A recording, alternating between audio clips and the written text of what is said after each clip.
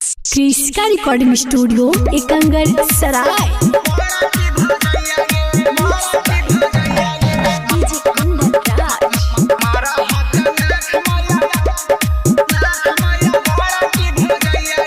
अब ना समझ में हमें कुछ बताइए, अब ना समझ में हमें कुछ बताइए।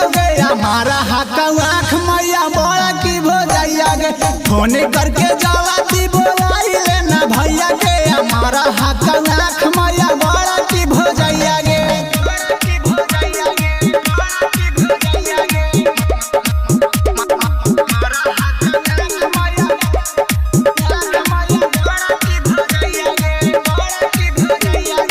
मिलला बोलऊ अनहरिया गे, हमरे पगड़ल हौ नजरिया गे, हमरे पगड़ल हौ नजरिया गे।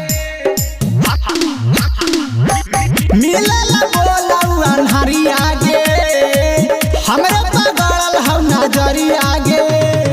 बड़ी डर लगौ कुछो सूझे न उपैया गे, बड़ी डर कुछो सूझे न उपैया गे। हमारा हक आँख मैया बड़ा की भोजैया गे, फोन करके जला दी बोलाई लेना भैया के। हमारा हक आँख मैया बड़ा की भोजैया गे।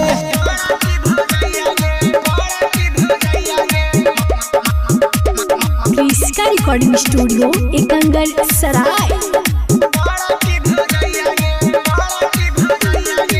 लगा हो ले तरी जतिया गे, आयुष के मानव नहीं बतिया गे, आयुष के मानव नहीं बतिया गे।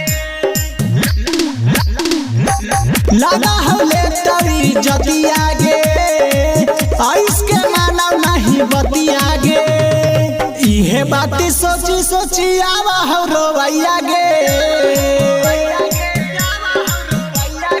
इहे बाती सोची सोची आवा हो रोवैया गे। हमारा हक आँख मैया बड़ा की भोजैया गे, फोन करके जला दी बोलाई लेना भैया गे। हमारा हक आँख मैया बड़ा की भोजैया गे। क्रिस्का रिकॉर्डिंग स्टूडियो एकंगर सराय।